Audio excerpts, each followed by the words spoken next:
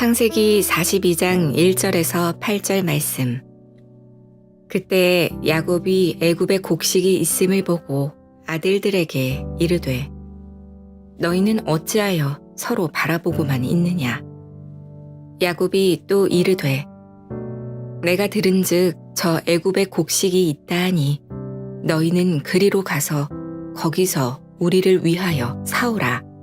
그러면 우리가 살고 죽지 아니하리라 하매 요셉의 형 10사람이 애굽에서 곡식을 사려고 내려갔으나 야곱이 요셉의 아우 베냐민은 그의 형들과 함께 보내지 아니하였으니 이는 그의 생각에 재난이 그에게 미칠까 두려워함이었더라.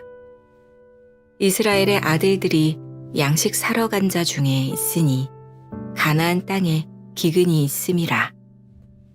때에 요셉이 나라의 총리로서 그 땅 모든 백성에게 곡식을 팔더니 요셉의 형들이 와서 그 앞에서 땅에 엎드려 절하매 요셉이 보고 형들인 줄 아나 모른 채 하고 엄한 소리로 그들에게 말하여 이르되 너희가 어디서 왔느냐. 그들이 이르되 곡물을 사려고 가나안에서 왔나이다. 요셉은 그의 형들을 알아보았으나 그들은 요셉을 알아보지 못하더라.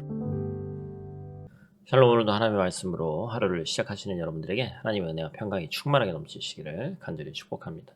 2025년 5월 6일 우리 화요일 창세기 42장 1절에서 8절 말씀을 가지고 약속의 말씀을 신뢰하라 라는 제목으로 함께 말씀 나누도록 하겠습니다.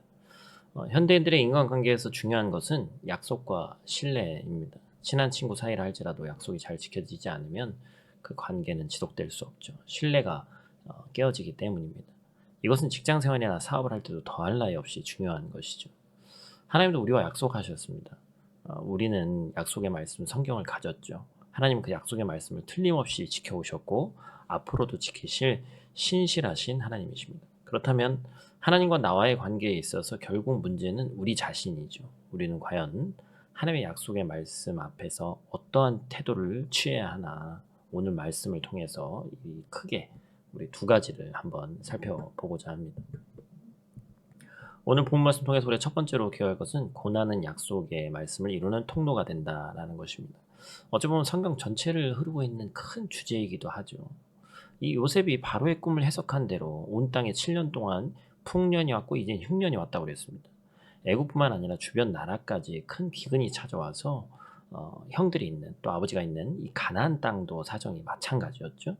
그래서 이 가나안 땅은 요셉이 떠나왔지만 야곱의 가족들은 여전히 살고 있었고 야곱이 애굽에 곡식이 있다는 소식을 들었어요. 그래서 아들들에게 애굽에 가서 양식을 좀 사와라 이렇게 말을 하죠. 그래서 이 야곱의 아들들 10명이 가족들이 먹을 양식을 사기 위해서 애굽으로 내려가게 됩니다. 그런데 야곱이 모든 아들들을 보낸 것은 아니었죠. 4절 말씀이죠. 한번 같이 읽겠습니다. 야곱이 요셉의 아우 베냐민은 그의 형들과 함께 보내지 아니하였으니 이는 그의 생각에 재난이 그에게 미칠까 두려워함이었더라. 막내 아들이 있는데 요셉보다 하나 미치죠. 12명의 아들이기 때문에 요셉이 11번째고 이제 베냐민이 마지막 막내 12번째 아들인데 이 안 보낸 이유가 방금 읽은 것과 같이 4절 말씀 보니까 이 재난이 그에게 미칠까 두려웠다. 베냐민에게 미칠지도 모를 재난이라는 건 뭐예요? 애굽으로 향하는 길이 분명 매우 험하고 위험한 여정이었습니다. 강도를 만날 수도 있고. 그런데 이 3절 말씀 보니까 요셉의 형 10사람, 그러니까 야곱의 아들들이 애굽으로 내려갔다고 해야 할 것을 굳이 요셉의 형 10사람이라고 표현을 하죠. 그리고 아까 읽은 이 4절에서 요셉의 아우 베냐민이라고 언급하는 걸 보니까 이 성경적 내용에도 야곱의 심리를 잘 표현하고 있는 거죠. 베냐민까지 잃을까 모른다 그런 두려운 마음을 반영하고 있는 것입니다. 본문은 이처럼 고난 앞에 서 있는 야곱의 마음 상태를 보여주는 것이죠. 부모가 자식을 잃을 수도 있다는 두려움을 느끼게 될 때 사실 어떤 타협점도 없습니다. 야곱은 정말 두려웠죠. 사실 그러나 이것은 또 다른 뭐였죠? 또 다른 편애입니다. 먹을 양식도 없는데 서로 쳐다만 보고 있을 수는 없으니까 야곱이 자신의 아들들을 보내야 하는데 5절 말씀에 보니까 그렇죠? 이스라엘의 아들들이 양식 사러 간 자 중에 있으니 가나안 땅에 기근이 있습니다. 객관적 사실을 이제 얘기해 주는 것이고 그런데 이제 4절과 5절 말씀이 차이가 있다면 뭔 차이가 있을까요? 4절은 야곱이라고 얘기를 하고 5절은 이스라엘이라고 얘기를 하고 있습니다. 여러분 이스라엘은 야곱이 야복 강가에서 하나님의 천사와 씨름하고 난 뒤에 야곱에게 붙여진 새로운 이름입니다. 하나님은 야곱에게 이스라엘이라는 이름을 주시면서 그에게 가나안 땅을 주실 것과 그에게서 많은 백성들이 나오게 될 것이라고 약속하셨죠. 그러니까 다시 말해서 이 기근 때문에 이 가족이 죽는 일은 없다. 그렇죠?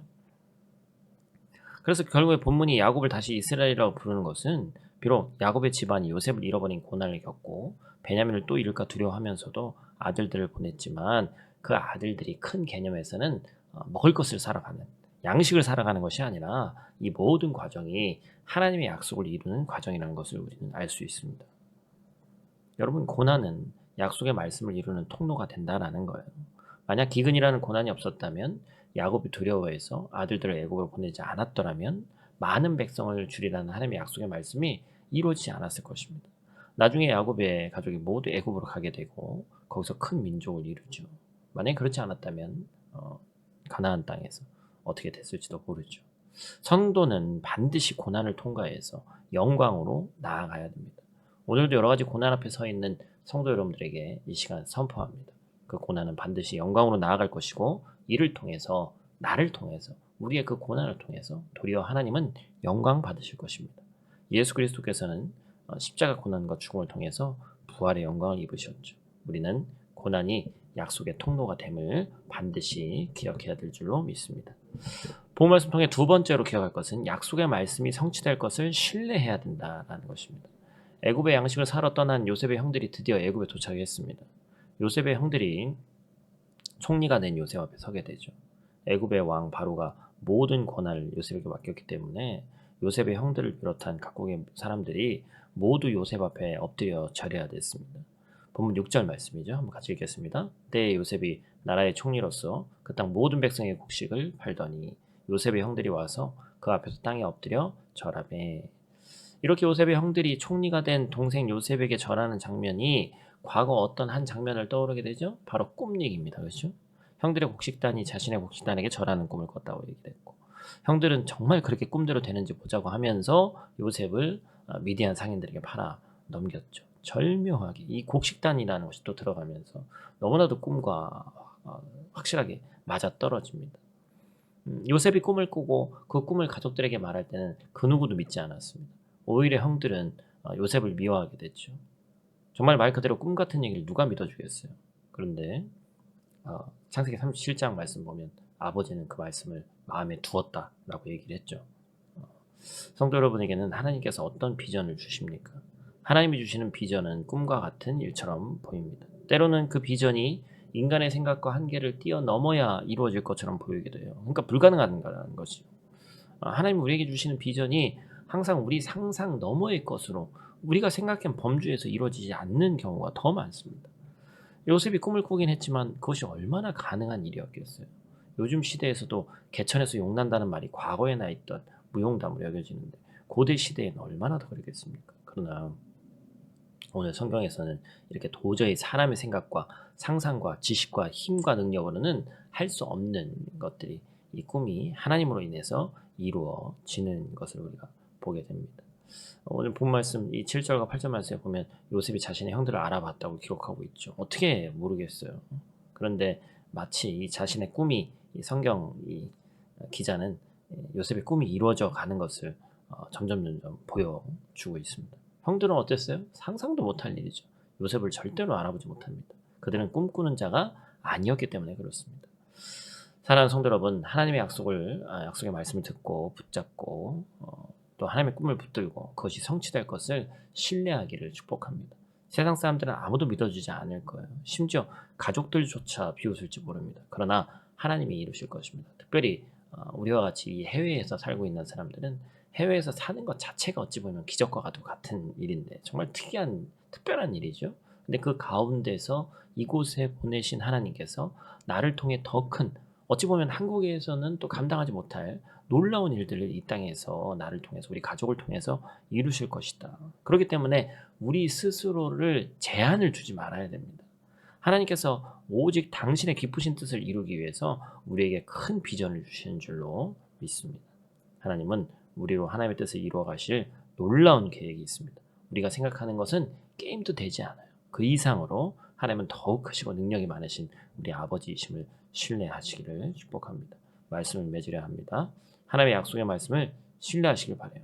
하나님은 하나님의 뜻을 이루시기 위해서 결코 멈추지 않으실 것입니다. 그 가운데 고난받기를 두려워하지 마시고, 고난은 하나님의 약속의 말씀을 이루는 거룩한 통로가 된다는 것을 잊지 마시고, 모든 성도가 오늘도 말씀 나누고 또 기도하는 그 자리에서 하나님의 꿈을 구하고 또 고난을 견뎌낼 용기를 구하는 저와 여러분들 되시기를 간절히 축복합니다. 우리 다 같이 있는 자리에서 함께 기도하고 마치도록 하겠습니다.